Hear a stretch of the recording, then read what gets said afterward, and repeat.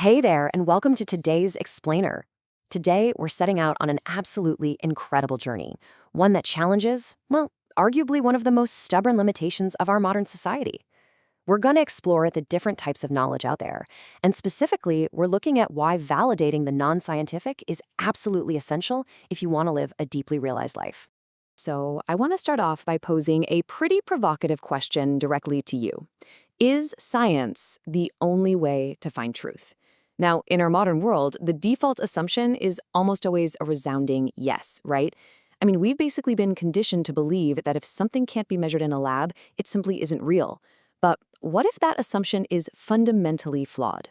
Okay, let's dive into this. The source material we're exploring today, Thomas Alethia's 12 Steps to a Good Life, hits us with this really striking quote: "We live inside a box of space and time created by our own minds." You see, our modern mindset, which is heavily influenced by strict rationalism, can actually become a really rigid box. When we demand that every single aspect of existence be proven objectively, we literally lock ourselves inside a very small, very limiting view of reality. So, here's our roadmap for today. We'll start with the limits of science, move into three distinct views of truth, explore the trap of reductionism, look at validating non-scientific knowledge, and finally, discuss how to integrate these two worlds into one cohesive life. All right, Section 1, the limits of science, beyond objective reality. The text actually explicitly warns us against a specific intellectual error, and that's disregarding information simply because it lacks objective scientific proof.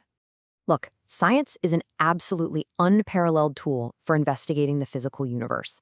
It is fantastic at what it does, for sure, but relying on it exclusively eliminates entire, completely valid categories of human experience. If our only lens is strict materialism, we kind of teeter on the edge of nihilism because we end up stripping away the spiritual and psychological symbols we actually need to navigate life. Science simply cannot measure the non-physical, and honestly, demanding that it does is just a categorical mistake. Moving right along to Section 2, Three Views of Truth, the umpire's analogy. Now, what's really interesting about this analogy is how it makes a pretty high-level concept super accessible. Imagine these three baseball umpires discussing how they call balls and strikes. The first umpire says, "I call them as they are," right? That's objective truth. The second one says, "I call them as I see them." That's subjective truth. And the third umpire leaning in says, "They ain't nothing until I call them." That represents constructive truth. Basically, your understanding of truth defines your reality as something you either discover, perceive, or decide. Let's contrast the two most vital ones for our own personal lives: objective versus subjective truth. Objective truth is that hard reality we literally bump into. Think of the very real pain in your foot when you kick a heavy stone. It doesn't care what you believe. But subjective truth, that's your internal meaning making. It's how you personally experience the world. And here's why this matters so much. Both are entirely crucial ways of knowing. Validating one does not mean destroying the other. All right, Section 3, the reductionism trap, missing the whole. What happens when we insist that only objective truth is valid? Well, we fall right into a cognitive distortion known as reductionism. Reductionism is essentially the practice of understanding complex things by breaking them down into their absolute simplest parts.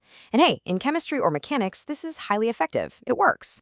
But applying this logic to every single facet of human existence, that strips away the profound beauty of complex phenomena. It completely misses the overall picture. So the crucial point is, think about a rainbow. A scientist can explain exactly how your eyes see color, or teach you the literal physics of light refraction. And that's the objective reductionist truth. But none of that comes even close to the incredible subjective beauty of actually seeing a rainbow in the sky. I mean, would you rather have scientists just explain rainbows to you, or experience the awe of seeing one yourself? That experience is valid knowledge, even if it isn't physics. Which brings us to Section 4, validating non-scientific knowledge, the hidden realms.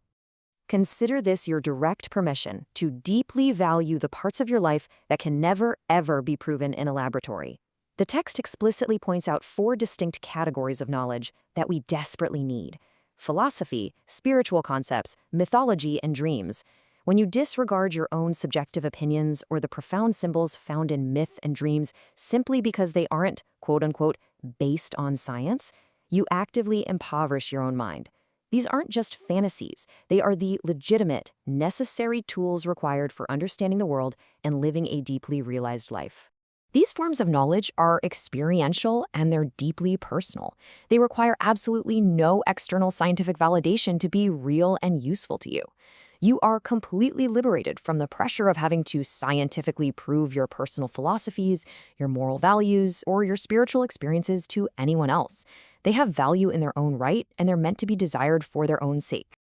And finally, Section 5, Integrating the Two Worlds, a Holistic View. Because look, the goal here isn't to reject science. Not at all. The goal is to hold a holistic view where objective facts and subjective wisdom actually work together. These two worlds complement each other perfectly. Objective knowledge is best used for physical reality, facts, and survival. Think medicine, physics, and engineering. On the flip side, subjective knowledge is best used for meaning, purpose, and personal growth, like spirituality, philosophy, and ethics.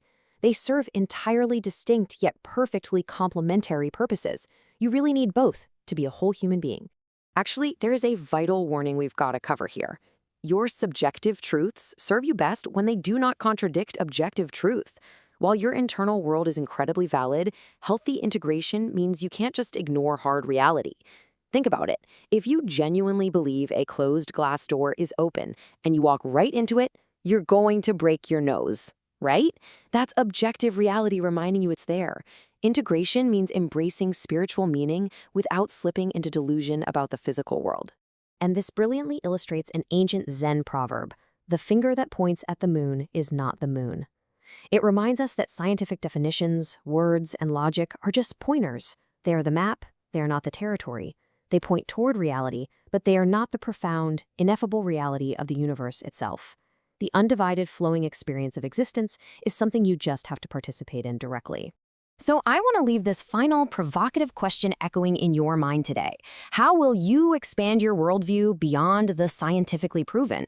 Will you embrace philosophy, pay a little more attention to your dreams, or lean into your spirituality? You have the tools to ride the waves of reality rather than just endlessly analyzing them under a microscope.